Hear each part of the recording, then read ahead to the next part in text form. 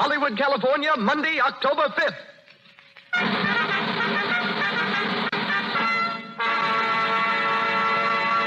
The Lux Radio Theater presents Elmer the Great, starring Joe E. Brown with June Travis.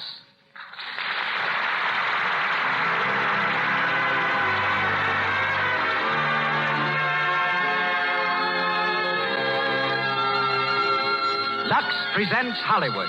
Tonight, the Lux Radio Theater, from its home on Hollywood Boulevard, brings you Joe E. Brown, June Travis, Cecil B. DeMille, Max Reinhardt, and Louis Silvers.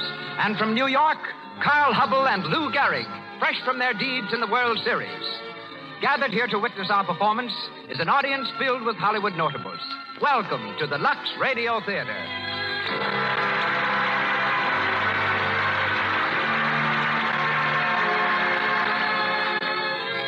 We can think of no higher recommendation for Lux Flakes than the fact that these sheer, marvelously effective flakes are used by all the leading picture studios here in Hollywood for wardrobe protection.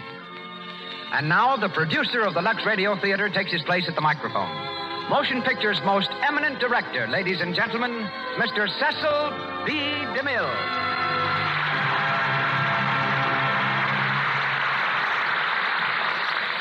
Greetings from Hollywood, ladies and gentlemen. Among the things for which Joe E. Brown is distinguished is the singular void between his upper and lower lips and his ability to play baseball. Both of these are probably the result of Joe's belief in the old Spanish proverb, a closed mouth catches no flies. But Joe caught flies, off and on, for 10 years as a member of minor league baseball teams. Later, he played exhibition ball with the Boston Red Sox. For 3 years, he kept a bench warm for the New York Yankees, and today is the owner of a semi-professional team in Los Angeles. But long before Joe ever struck out as a ball player, he struck out for a career in the circus. When only 9 years old, he became an acrobat. He was known as Master Joe, the boy wonder. His aerial feats were not limited to acrobatics, however. In 1907, at Montreal, he was persuaded to make a flight in an airplane glider. He sailed 50 feet in this pioneer venture, landed on his head, and broke a finger. But no records. Joe was earning $300 a week as the daring young man on a flying trapeze when he decided to turn comedian. For 1/4 the salary. It was the wisest move in his career. A series of hit plays soon brought him stardom. Among them, the baseball comedy in which we hear Joe tonight, Elmer the Great. Hollywood was quick to sign him when he appeared on the West Coast. And after 9 years in pictures, Joseph Evan Brown remains among our top-flight comedians. June Travis is also appropriately cast as the leading lady in a baseball story. For she's the daughter of Harry Grabiner, vice president of the Chicago White Sox, and while at college, played first base in an all-girls team. In pictures, June has played leads in Ceiling Zero and with Joe E. Brown in Earthworm Tractors. Tonight, we hear her in the role of Nellie Poole, owner of a small-town grocery store.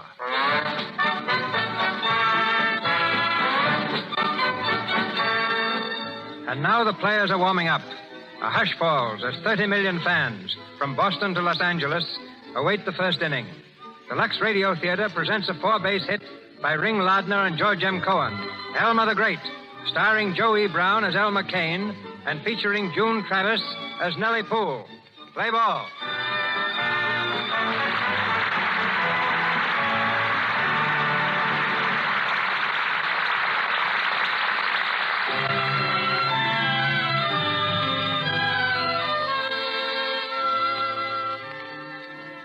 Our scene is Elmer Kane's home in the village of Gentryville, Indiana.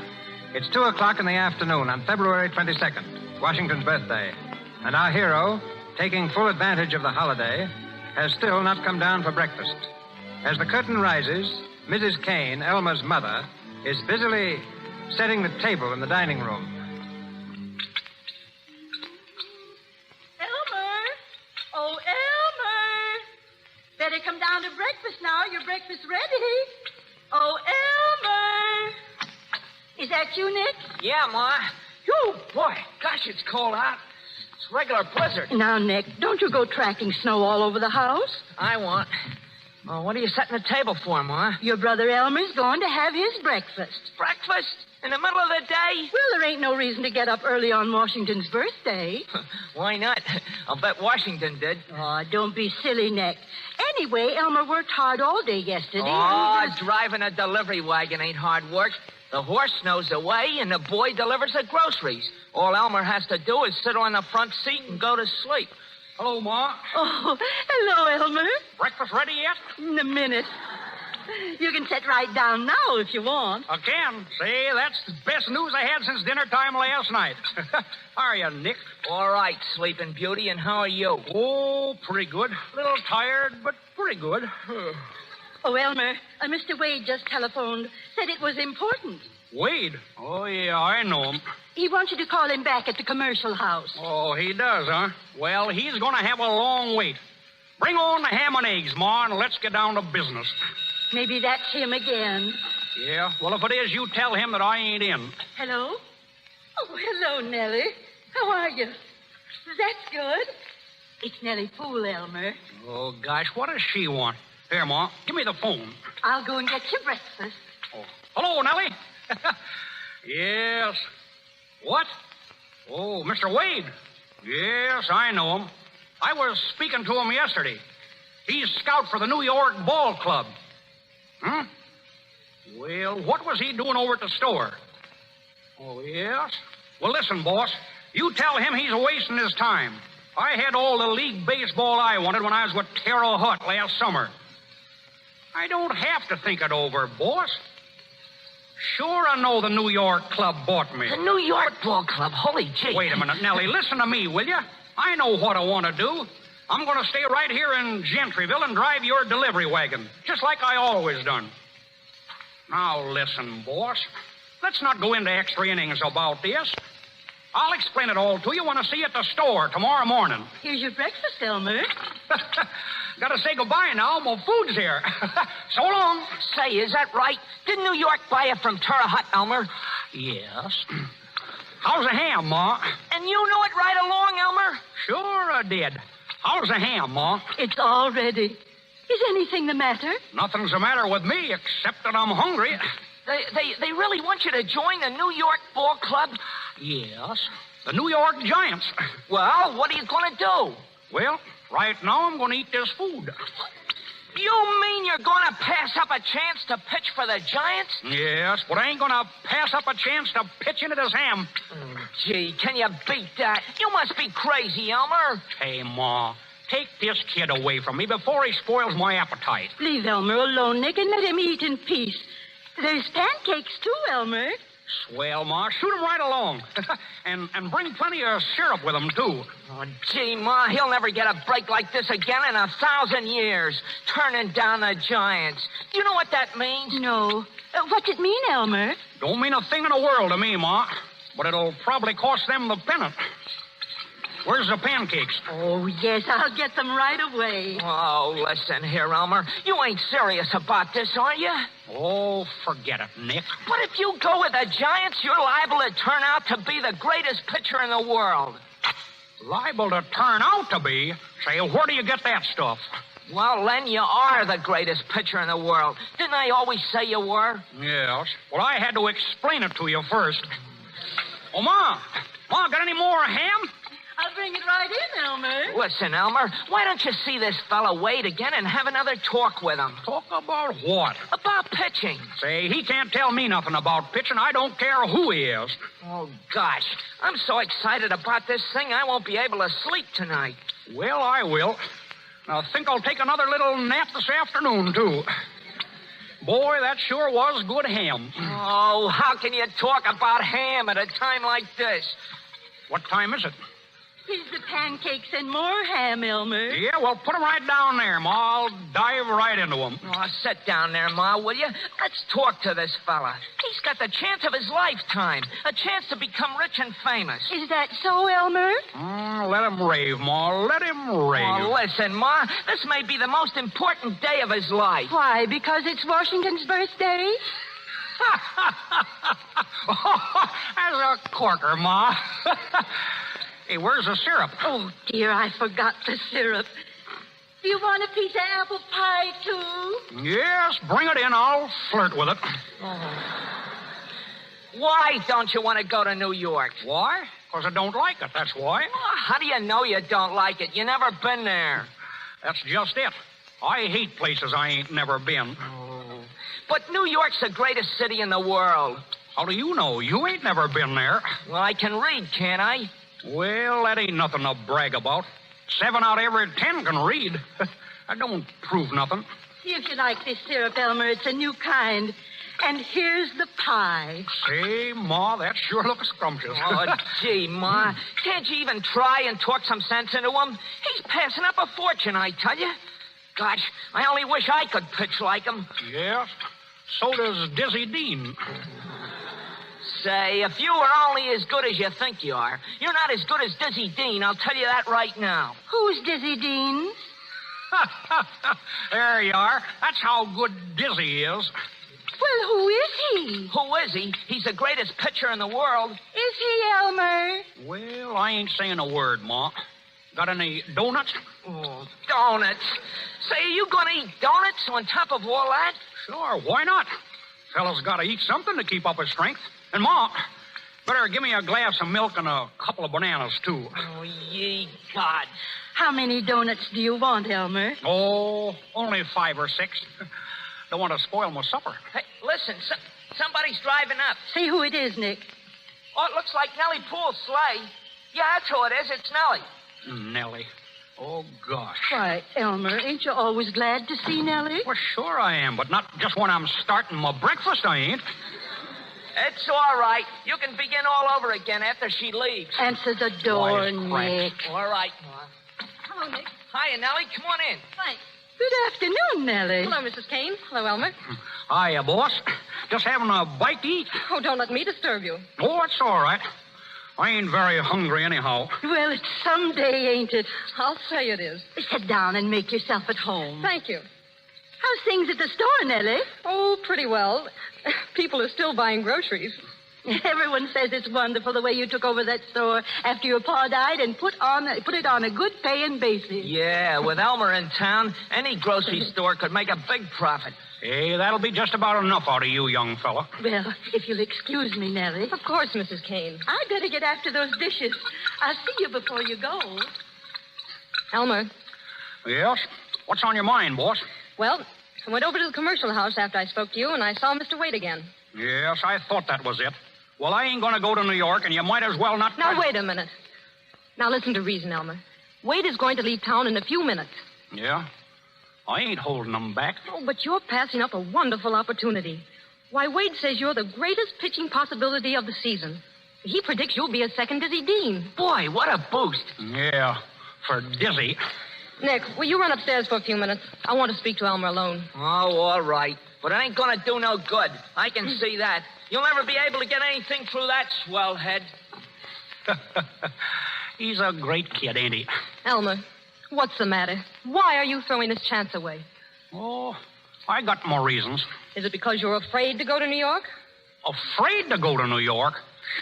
I wouldn't be afraid to go to Chicago. Oh, no. I mean because it's the big leagues. Is that what scares you?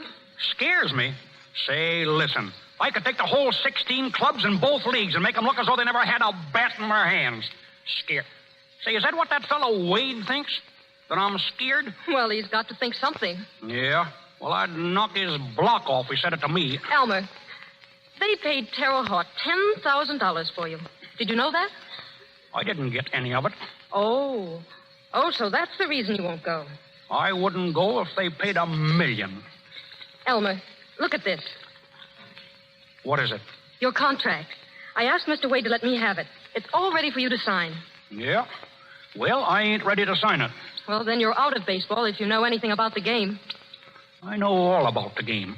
Well, here it is on the table in case you change your mind. Oh, Elmer, what's the reason for your acting this way? Why do you want to stay in a one-horse town like this when you've got a chance to get out and be somebody? There's no future for you here driving my delivery wagon. Oh, what is it? Tell me. You really want to know? Yes, Elmer.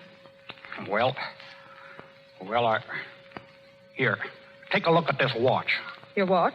Well, Well, open the back of the case. oh, There. Now you see. my picture. You carry my picture in your watch case. Yes. I never thought I'd get up courage enough to show it to you. That's the first time anyone's ever seen it outside of myself. But I don't understand. Gee, boss. Don't you know what I mean? Gosh, I'm miserable. I dream about you when I go to sleep at night. Even when I'm eating, I think about you. And sometimes when I'm driving a delivery wagon during the day, I make believe you're sitting beside me and I talk to you, just like you was there.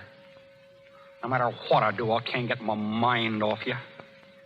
Oh, I know I got an awful crust for even having such thoughts. But this has been going on for years and getting worse every day. Had to come out sometime, I suppose.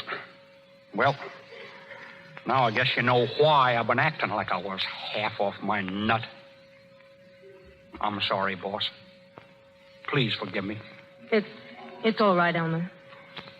Here's your watch. Do you mind if I keep the picture in it? No, I don't mind. I don't suppose I got a chance in the world, have I?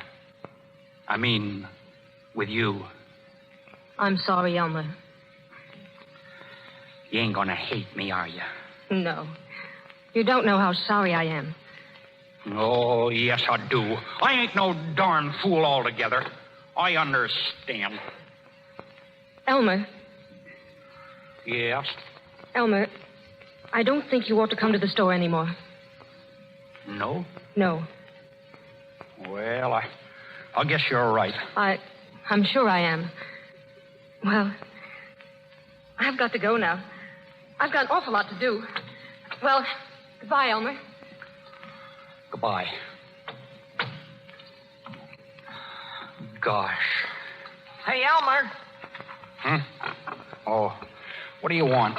Did Nellie go? Yeah, she went. Well, what's the matter with you? Nothing. Why? Well, you look kind of funny. Well, what are you going to do about that offer? Oh, I don't know. I don't know what to do. Wait a minute. Yeah, sure. Sure, I know what I'm going to do. Hey, get that fellow Wade on the phone, will you, Nick? What? Get him on the phone. I'm going with a New York Giant. You mean it? Of course I do. You heard what Hooray! I said. Oh, boy! Hey, Ma, come on down here, Ma. Where's that contract? Where'd she leave it? Hello. Give me the commercial house right away. What's the matter, Nick? Elmer's going with the big leagues. He's going with the Giants. He's going to play ball in the big leagues, Ma. Elmer, are you really? Yes. I guess I'll be leaving for the training quarters pretty soon, Ma. Hello, commercial house. Let me speak to Mr. Wade. Was it Nellie who convinced you, Elmer? Yeah, I'll say she did. Hello, Mr. Wade. Oh, hold the wire a minute, Mr. Wade. Just a second. Here, Oh, yeah, Elmer. all right. Hello, Mr. Wade. This is Elmer Kane. Yes, I changed my mind, Mr. Wade.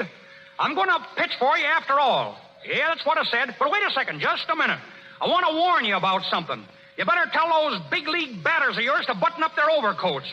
Yes, because when I start speeding them in, there's going to be plenty of breeze. And I don't want to be responsible for giving anybody pneumonia. So long.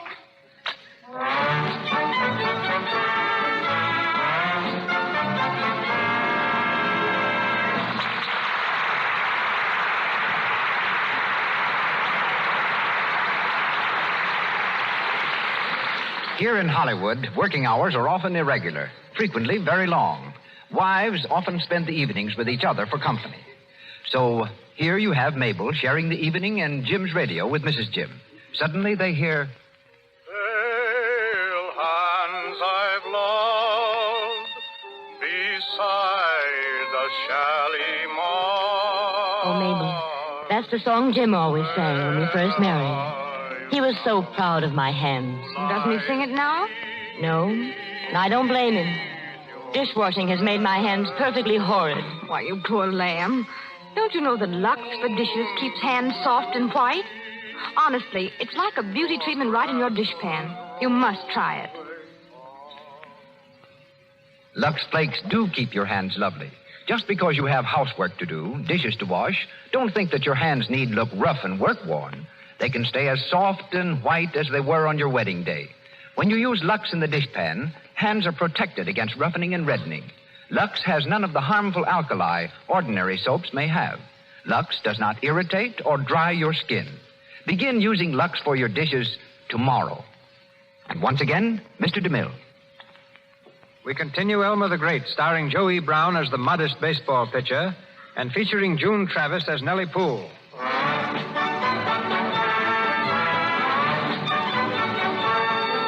Several weeks have passed, and Elmer has been training with the Giants in Florida.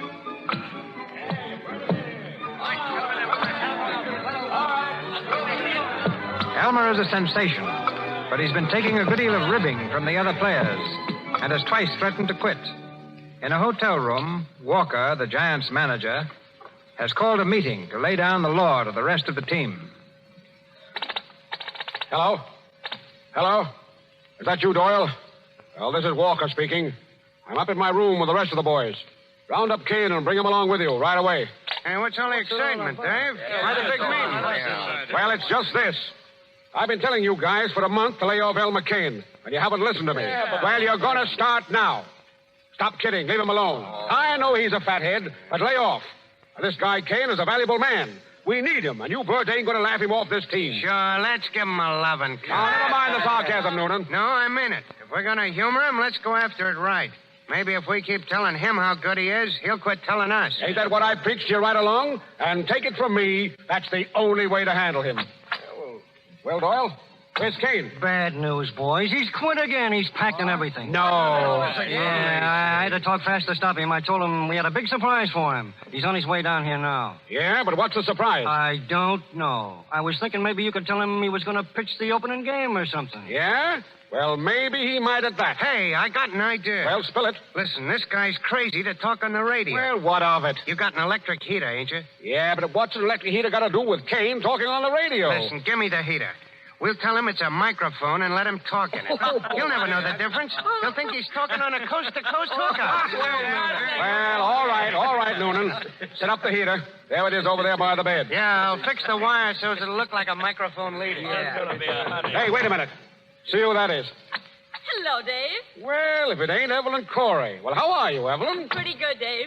The clerk told me you were here, and I just couldn't wait to see you. Well, what are you doing in Fort Gregg? Blew in about 2 hours ago. It's my hometown. Don't you remember? I told you that in New York, the night you came backstage to see me. Sure, that's right.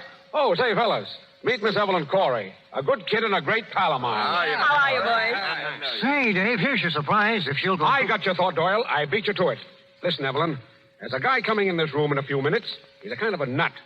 Will you stand for anything I tell him and play up? It's all fun, you understand? Sure, I'll string along. You know me.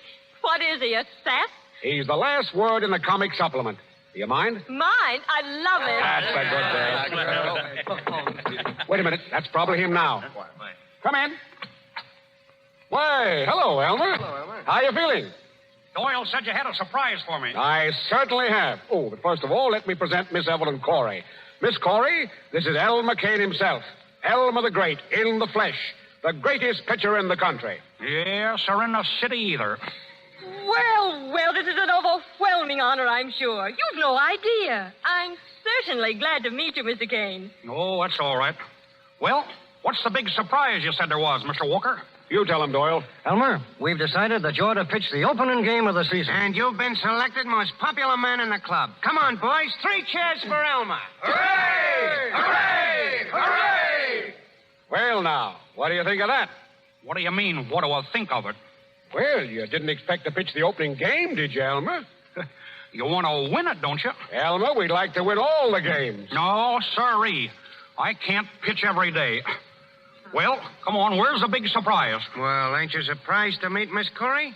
What for? I guess Elmer don't understand who Miss Corey is. Oh, I guess he doesn't. Come on, fellas. 3 cheers for Miss Corey. Hooray! Hooray! Hooray! Say, what are you, Miss Corey? A female pitcher? No. Now, you see, Elmer, Miss Corey is a very famous person.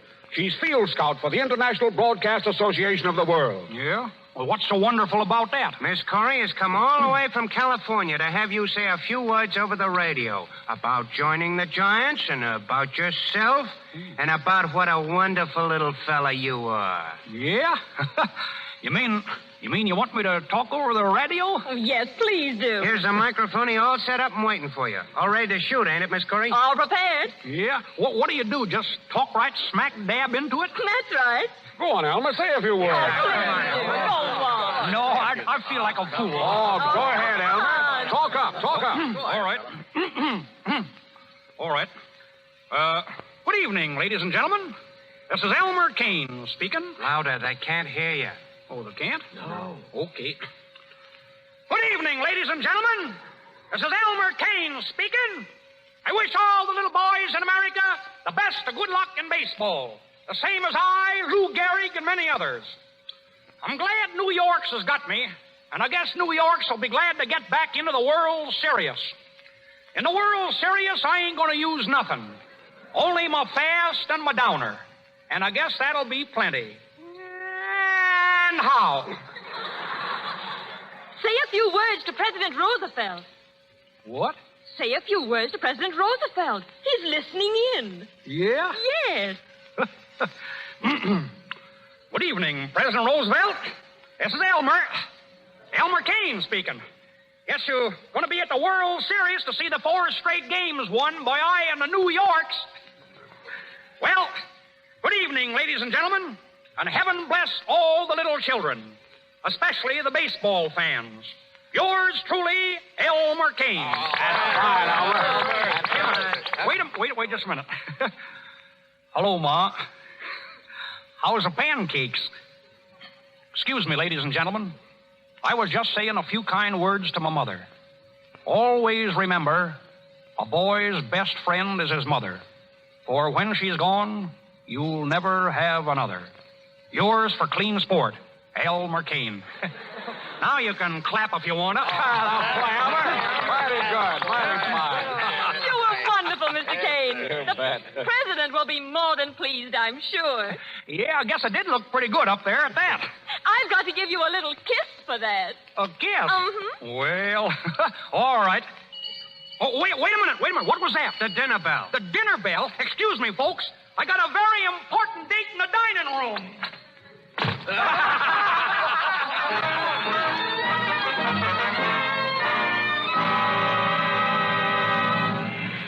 Here your final baseball scores. Elmer Kane wins opener for Giants. Shuts out Phillies. Here you are. Elmer Kane wins opener.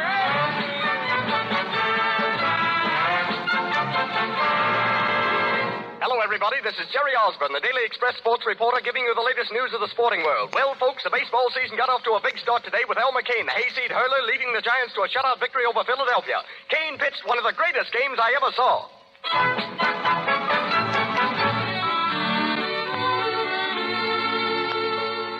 Hey, Nellie, Elmer won the opener. I know, isn't it wonderful? Oh, you ain't seen nothing yet. He'll win them all.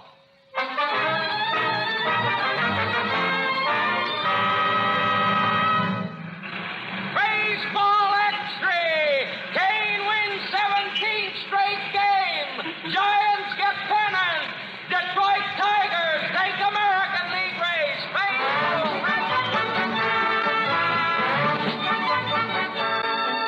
Good evening, everybody. Jerry Osborne speaking. Well, it came true, folks, just as I predicted on this program 3 months ago. The Giants cinched the National League pennant today, and Elmer Kane, the ace pitcher from Gentryville, is the boy who did it. The World Series opens next week between the Giants and the Tigers. And when Kane is in there pitching for New York, it's going to be a cinch to pick the winner.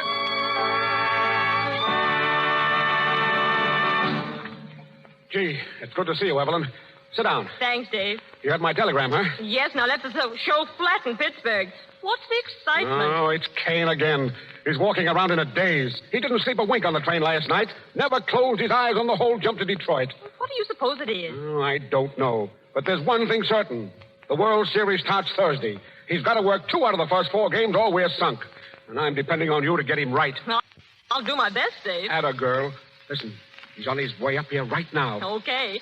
Say, Dave, you know this is the 3rd time this season you've sent for me. You might as well put me under salary and I'll travel with the club as Kane's keeper. I wish you could. But find out what's on his mind, will you? You can make him talk. He likes you. No, he's got a Rube sweetheart back in Gentryville. He told me all about her. But he's got an idea I'm crazy about it. Hello? Want to see me, Walker? Well, if it isn't Elmer. Oh, hello. How are you, Elmer? Oh, pretty good. Bet you're surprised to see Evelyn here, eh, Elmer? No, not much. I couldn't stay away. I want to see New York win the series. We'll win all right. There's nothing going to stop this ball club now, is there, Elmer? Yeah? How do you know I won't drop dead? Oh, Elmer, you wouldn't pull a trick like that. Well, I might if I don't get some sleep. I ain't had no sleep for 2 nights. Excuse me for butting in, but I gotta see you, Dave. What's the matter, Doyle? Oh, plenty. Noonan is off again. Again? Yeah, he's lit to the skies. I got him up in his room now. Can you beat that fella? I'll tell him his right name. See you later, Evelyn. Come on, Doyle. Guess Mr. Noonan's got it coming to him, evidently. Yeah. I told that guy to lay off the liquor. He was drinking all night on the train. He's that left-handed pitcher, ain't he? Yeah. But he drinks with both hands. Gee, I hate that fella. Wish I'd have never met him. I told him when I told his friend Crabtree what I thought of both of them. Crabtree? Yeah. Friend of Noonan's in Chicago. You don't mean Walter Crabtree, the gambler? Yes. Do you know him? Oh, I've met him. We had a roulette party at his place one night. No. Did you shoot craps? No. Did you? Well, I never did, only them 2 nights that I went out with Noonan. I wish I'd have stayed at home. I wouldn't have nothing to worry about now if I did. What are you worried about, Elmer? Oh, nothing. Say, listen, don't you say nothing about me shooting craps, will you? And don't say nothing about me knowing this fellow Crabtree either. It's against the rules for league players to mix it with professional gamblers, isn't it? Yes. And I don't want to be brought up before Judge Landis again. I was up before him just 2 weeks ago. Is that so? What about? About eating. Eating? Yeah. The umpires claimed that I didn't have no right to eat while I was in the pitcher's box. You don't mean to say you eat while you're pitching? Well, why not? I get hungry sometimes in a game. You know, when they start fouling them off. I always carry a couple of donuts in my back pocket. Donuts? What did Judge Landis say about it? Oh, he said the umpires thought that I was putting lard on the ball. So he asked me to show him one of the donuts, and I did. What did he do? He ate it. No, really? Yeah. He said there wasn't no rule against donuts, but I'd have to eliminate them. Well, I guess he'd rather see a ball player eat than drink at that. Yeah. Look at Noonan. He and Crabtree was drinking all the time we was in Chicago. Say, Elmer, did Noonan introduce you to Crabtree? Yeah, that's how it all happened. We got to playing dice, and I didn't even know we was playing for keeps. But now I owe him a lot of money. What do you owe him? You know how much money is $5,000? $5,000? Yeah, well, it's 500 more than that. You don't mean to say you owe Walter Crabtree $5,500? Yes, I think that's it. Can't you pay him off? Pay him off? Gosh, I only got $3 right now, and I got to have dinner. What are you going to do? Oh, I don't know. Crabtree wants to see me tomorrow. But look, you won't say nothing about this to anyone, will you? I know, of course not. Oh, please don't, because I've been playing pretty good ball this year, and it'd be kind of tough to be pitched off the team.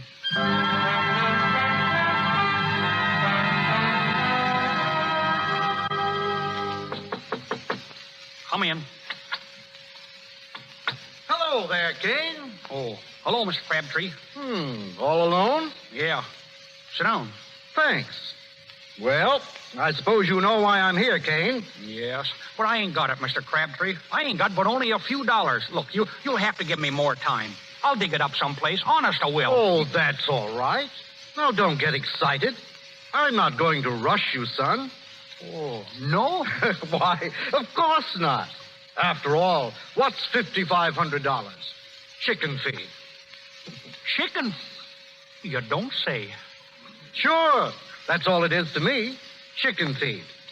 You know, as a matter of fact, I came here tonight for the express purpose of telling you not to bother about it. Yes? You mean I don't have to pay you? That's the idea. Well, say, that's swell. But I owe it to you, don't I? Well, I'll tell you. You see, Kane, you know, you're in a position to do me a little favor. And maybe make a little something for yourself on the side. Say, what are you getting at, mister? Well, I'm plain spoken, Kane, so here it is in a nutshell. Now, I'm willing to forget that little debt and cut you in on a percentage of all I win betting on the series.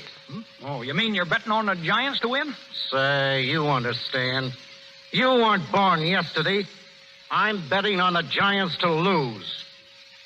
Oh, see. You want me to throw a game, and then you'll call everything square. Is that it? Yes, that's it.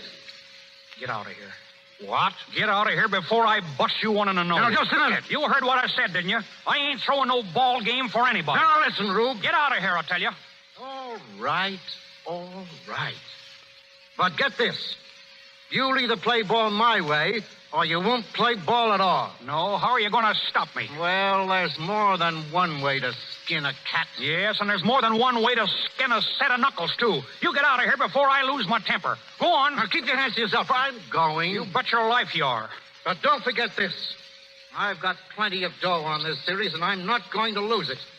I've been up against suckers like you before, and I know just how to handle you. So long, Rube. Dirty, four-flushing crook. We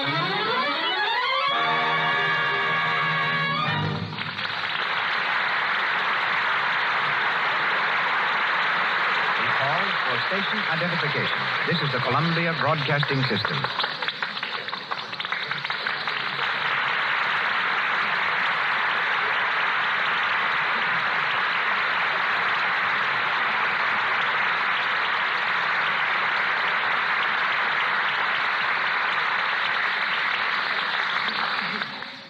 Our play, Elmer the Great, starring Joe E. Brown with June Travis, continues shortly. While we are in the middle of the greatest baseball comedy of the season out here in Hollywood, the greatest baseball drama of the year is being enacted in New York. There, the World Series between the Giants and the Yankees is at its peak. This week, the star of the Giants, Carl Hubble, and the Yankee slugger, Lou Gehrig, have their pictures on the cover of the magazine Time, an honor reserved for the outstanding personalities of the week. The Lux Radio Theater is proud to present both these stars direct from New York. All right, New York, batter up.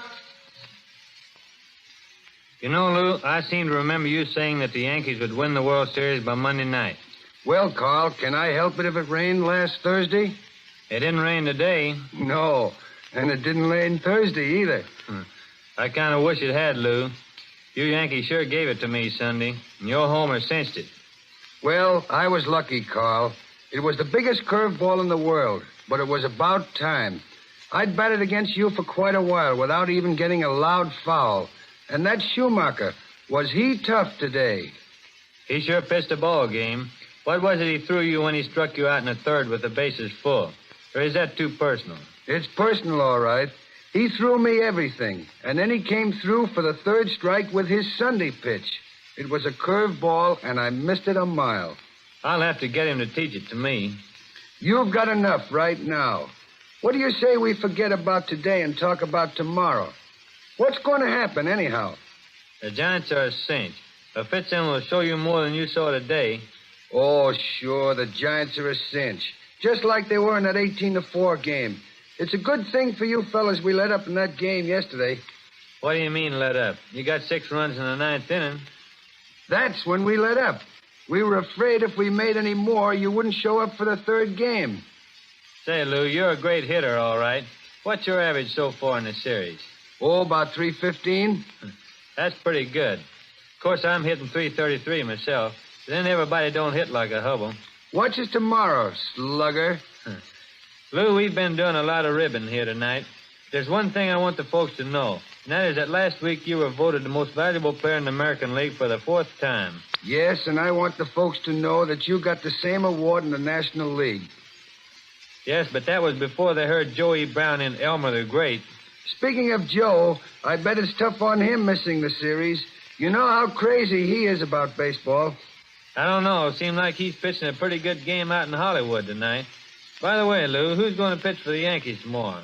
Looks like Gomez. And then we all go home for the rest of the winter. Why don't you have dinner with me tomorrow night, Carl? We're going to have Yankee bean soup, Yankee pot roast. Wait till after Wednesday and eat with me. I'll treat you to some of the best giant raspberries you ever saw. Sort of a celebration, you know. And then I'm going back to Meeker, Oklahoma, and getting some hunting and fishing. What are you going to do after the series, Lou? Well, tomorrow night, I'm going to sleep about 2 days. And then I'll figure out some way of spending the big end of the series money. That'll be my toughest problem. No, Lou, your toughest problem will be to get the big end of the World Series. Well, Carl, we'll see about that tomorrow. So long. See you at the ballpark. Good night, Hollywood. Good night, Joey Brown. Keep pitching in there.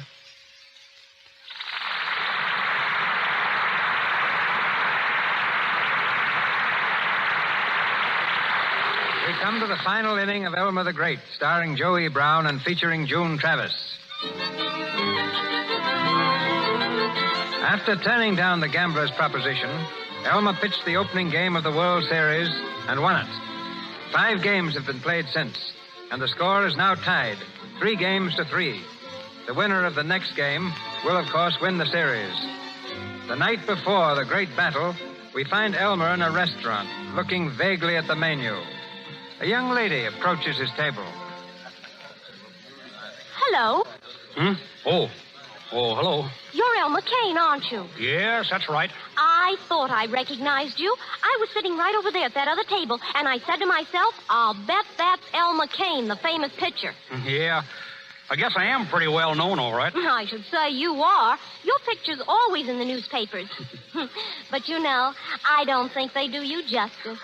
You're really much handsomer in real life. Oh, go on. No, I mean it. Yeah? Uh-huh. Well, you should have seen me when I was a baby. Sit down. Oh, Mr. Kane. What's your Thanks. name? Oh, Dolly. Dolly Williams. Dolly Williams. Well, I certainly am pleased to meet you, Dolly. I was just having a little snack. Will you join me? Oh, no, thanks. I didn't come over for that. All I want is an autograph. Oh, you mean you want my name written down? That's right. I'm making a collection, you know. Sure. Well, now, wait. Let's see if I got a piece of paper. Oh, I have one right here. And here's my fountain pen, too. See, that's kind of a big piece of paper for just my name, ain't it? Well, I'll write it good and big, right smack across the middle. Oh, no. Look, just right down here near the bottom, a little bit to the right. You see, I want to paste one of your pictures in the center of the page. Oh, sure. Well, wait a second now. I gotta write it nice and plain. Mm-hmm. Capital E, L-M-E-R, comma.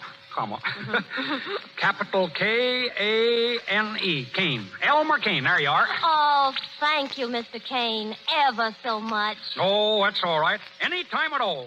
Big-hearted Elmer, that's me.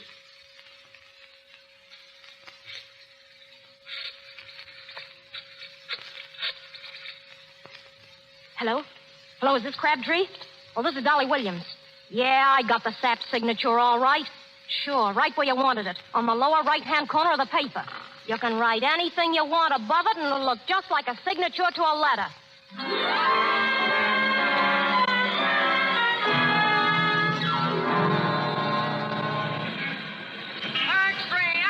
Elmer Kane involved in baseball scandal. X3, Elmer Kane out of baseball. X3, paper.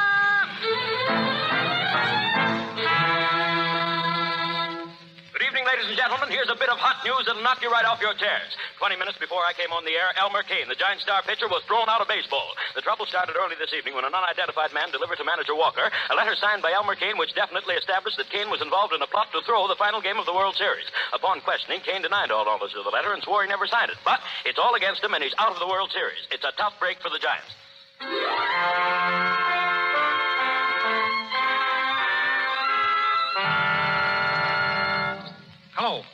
Hello, Mr. Walker?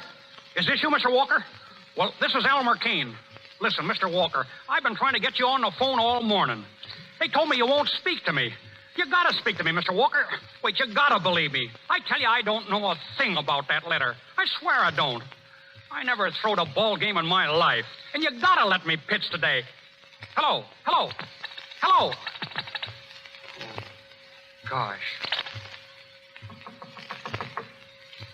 Come in. Hello, Elmer. Boss. Elmer. Oh, gosh, boss. Oh, gosh, it's good to see you. I just got in. I heard about it last night, and I came right away. I thought you might need somebody now. Yeah, I do, boss. How did it happen? Oh, I don't know. That's just it. I don't know what it's all about. You mean you didn't agree to throw the game? Of course I didn't. Nellie, I ain't no crook. But why are they all saying you are? Oh, it's that letter. Some fella came to the hotel last night and slipped a letter under Walker's door. It said that I got $10,000 from some gamblers and that I was going to allow a lot of hits this afternoon. It was like an agreement between me and the gamblers. And at the bottom, my signature. Elmer. Yes, there it was in black and white.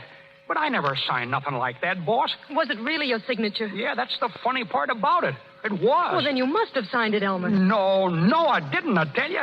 You gotta believe me, boss. Oh, I do believe you, Elmer, but... Yeah, I know. But it looks awful bad, don't it? Well, did you tell Walker you knew nothing about it? Sure I did. A lot of good it did me. The whole team was sitting around, and not one of them thought that I was telling the truth. They wanted to beat me up. Oh, gosh, Nellie. I ain't got a friend in the world. Everybody's against me. Don't say that, Elmer. I'm not against you. And I'm your friend. You know that. Yeah, sure, I know it. Gee, it was swell of you to come, boss. I can't tell you what it means to have somebody to talk to. You don't have to leave right away, do you, boss? No, Elmer. I'll stay just as long as you want. You mean it? Of course I do. And I won't ever leave if you don't want me to. I don't get you, boss. That's just it, Elmer. You do get me, if you still want me. Nellie. Oh, gee, Nellie. No, you're just sorry for me, that's all. You're just taking pity on me. No, Elmer. It isn't that. Oh, sure it is. How could you love me now? How could you have anything to do with a guy like me? I thought I was a big shot. I went around blowing off like a steam engine. Well, what am I now? Just a hayseed. A hayseed crook. No, I ain't gonna let you do it, Nellie. Oh, Elmer, listen. This isn't anything new with me. You told me that you would love me for years. Well, I've loved you, too. I sent you away because I thought it was the thing to do. I wanted you to make good. Well, you need me now, Elmer. You need me, and here I am.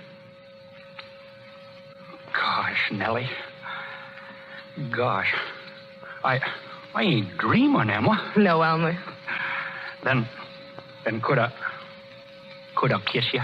Of course you can. Oh, gee. Well, now what are you going to do? Oh, I don't know. I guess I'll just pack my bags and go back home. Oh, no, not yet. Why not? Well, don't you see? It'll look like you're running away. You've got to stay and fight this thing out. Oh, what's the use?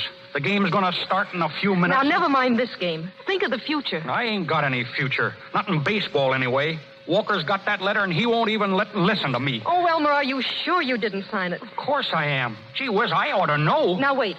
It isn't a forgery, is it? Well, it don't look like it. All right, if it's genuine, you must have signed something, Elmer. But I tell you I didn't. I ain't signed a thing. I ain't even... Wait a minute. An autograph. What? I signed an autograph. Elmer, where? In a restaurant. Oh, no, I mean on what? On a piece of paper. A big piece of paper. Elmer, was there anything else written on it? No, it was all blank. That's just what it is. Somebody got hold of that paper, and then they wrote the letter so it looked like that I signed it. Oh, Elmer, that's it. I'm sure that's it. Yeah, that's it. But how am I going to prove it? Well, go to Mr. Walker and tell him the whole story. Oh, he wouldn't believe it. He might. No, not a chance. Well, see him anyway. Where is he? Over at the ballpark. Quick, jump in a cab and get over there right away. Okay, I'll do her. Where's my hat? Oh, never mind your hat. Oh, all right. I'll see you later, Nellie. So long, boss.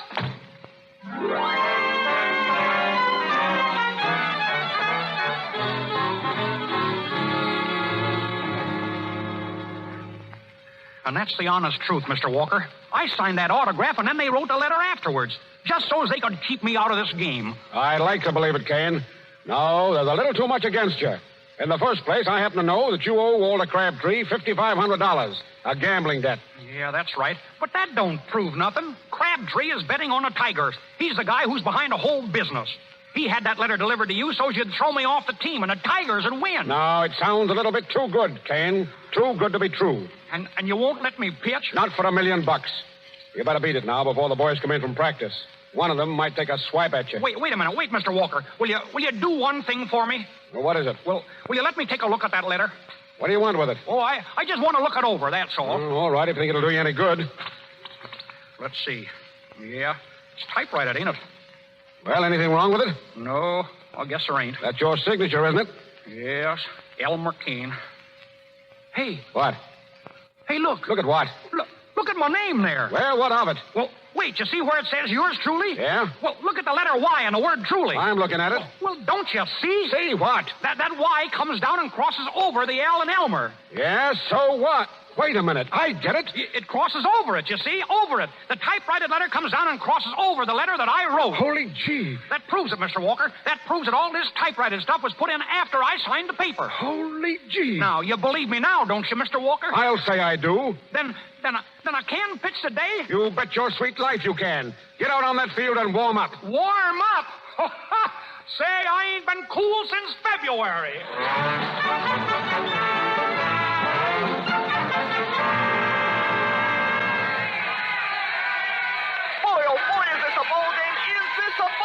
It's the last half of the ninth inning, folks, with the score 3-2 in the Giants' favor. The Tigers are up at bat, 2 men on base, and a hit means the ball game. But there's 2 down, folks, and don't you forget it. Game lines up. Here it comes. Strike 2. It's 3-2 now. 3 balls, 2 strikes, 2 men on base, and 2 down, and the crowd is going mad. Kane's got the ball now. He's looking toward the catcher for instructions. This may be the last pitch ball of the season, folks, and little Elmer isn't taking any chances. He wiped his hands on his shirt. Now he's winding up, and here it comes. Strike 3, and the batter's out. It's all over, folks. It's all over. The Giants win, and the fans are going wild. They've surrounded Elmer Kane down there on the field, and they won't let him go. I'm going down to see if I can get him to say a few words over the air. Stand by a minute, folks. Hey, wait a second. Wait a second, folks. One at a time. One at a time, folks. Elmer. Oh, Nellie. Oh, Elmer, you were wonderful. Yes, I guess I was pretty good at that. Mr. Kane, will you say a few words to the radio audience? Radio, huh? Yes. Hey, wait a second. The last time I spoke over the radio, I was talking into an electric heater.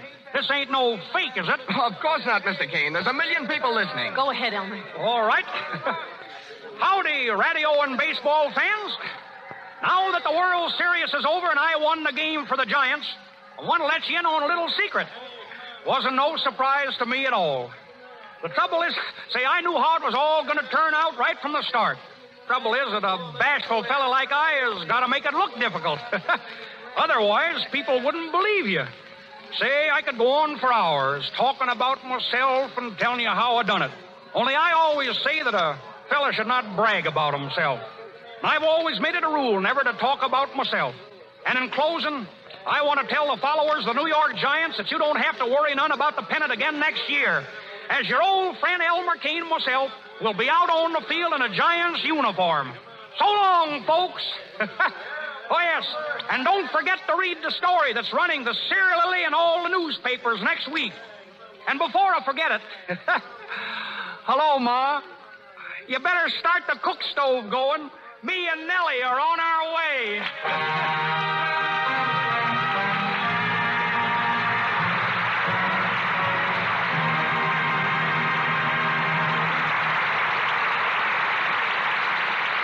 The ball game is over, but Joey Brown goes to bat again in a few minutes when he returns to the microphone with June Travis. No man occupies a more exalted position in the theatrical world than tonight's guest, Dr. Max Reinhardt, an energetic and inspired worker in the theater since he was 20. He has been responsible for more than 300 productions, exerting a tremendous influence on the international stage. In this country, we think of him chiefly in the light of 2 achievements, the stage version of The Miracle and the motion picture production of Midsummer Night's Dream, now about to be shown in neighborhood theaters all over the country. He has just returned to Hollywood from Europe, where he produced Everyman and Faust, and is now at work for Warner Brothers preparing Sheridan Gibney's famous drama of the French Revolution, Danton. Ladies and gentlemen, Dr. Max Reinhardt.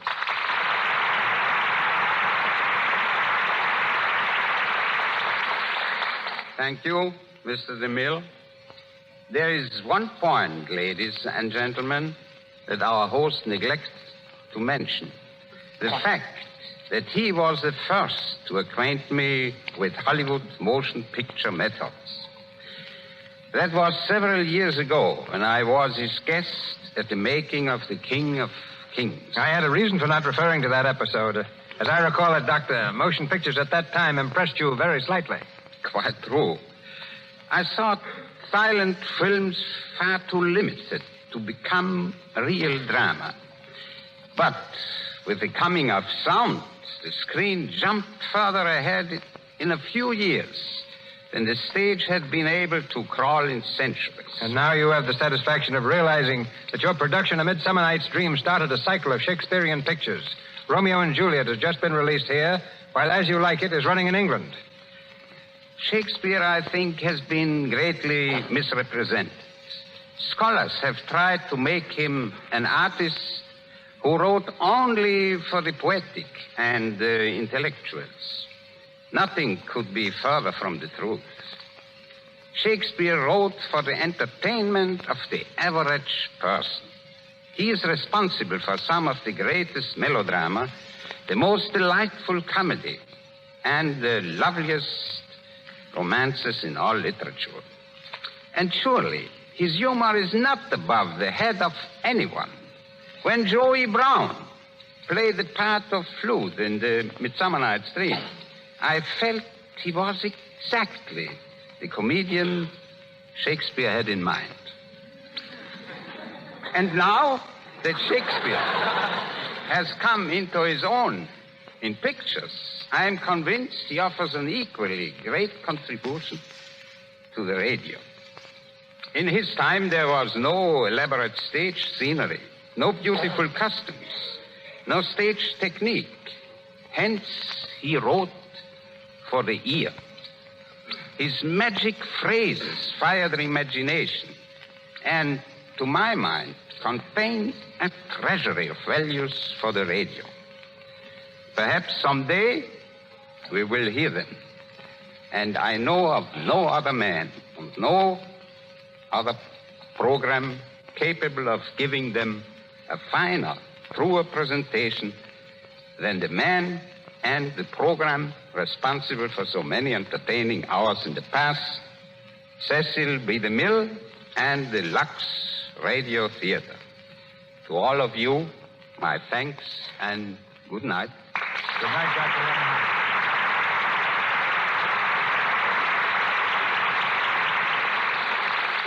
And now tonight's stars. Ladies and gentlemen, June Travis and... No! and Joey Brown. Well, Joe, what's the trouble? It's okay now, but for a minute I thought this microphone was another one of those electric heaters. Oh. Well, Mr. DeMille, I want to thank you for making me a ball player once again. Playing Elmer was quite different from playing Flute in A Midsummer Night's Dream. In that picture, I had to wear long yellow curls and murmur sweet nothings to Jimmy Cagney. After your performance tonight, Joe, you can play ball for Lux Flakes any time. And I don't mean on the scrub team. Thank you. I used to be pretty good as a cleanup man. And before our side is retired, Mr. DeMille, may I say that since coming to Hollywood, there's been nothing I've enjoyed more than this appearance on the Lux Radio Theater. Good night. Good night, Mr. DeMille. I'm heading for the showers. Good night, Joe. Good night, Joe. Thank you, Joey Brown and June Travis. Ladies and gentlemen, this is your announcer, Melville Ruick. Word of next week's play comes to us shortly from Mr. DeMille. Dr. Max Reinhardt and June Travis appeared through courtesy of Warner Brothers, Mr. DeMille, Paramount, and Louis Silvers, 20th Century Fox, whose new film, Ladies in Love, was musically arranged by Mr. Silvers. And here's Mr. DeMille. Next Monday night, the Lux Radio Theater stars Ginger Rogers in The Curtain Rises. Ginger came to Hollywood as a singer and is now a dancing star. And next week adds a dramatic triumph to her repertoire in Benjamin Kay's story of a girl who thought romance had passed her by. Featured with Miss Rogers will be an all-star cast. Our sponsors, the makers of Lux Flakes, join me in inviting you to be with us next Monday night when the Lux Radio Theater presents The Curtain Rises, starring Ginger Rogers with an all-star cast. This is Cecil B. DeMille saying good night to you from Hollywood. This is the Columbia Broadcasting System.